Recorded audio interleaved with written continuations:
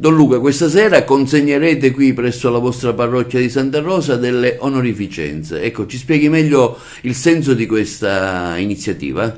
Sì, il CISOM, che è il braccio operativo del Sovrano Militare Ordine di Malta, questa sera vuole gratificare i volontari del Corpo Italiano di Soccorso per l'iniziativa che ha messo insieme l'Arma dei Carabinieri e il CISOM stesso durante l'emergenza ucraina.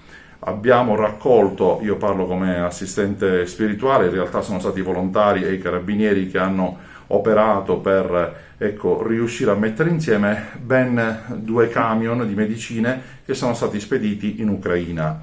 Come assistente del Corpo Italiano di Soccorso dell'Ordine di Malta, del gruppo dirigente, assistente regionale, io assicuro l'assistenza spirituale una volta al mese e nei diversi momenti importanti dell'anno, quindi è un incontro in cui si concedono queste decorazioni, ma anche di formazione spirituale nell'approssimarsi del Natale. Come valuta questa iniziativa? Extra e anche attività che ci legano molto alla Chiesa, a quelle che sono le attività religiose della nostra provincia, tipo San Calogero, anche attività con la protezione civile. Quindi è un'attività che farete anche per Natale?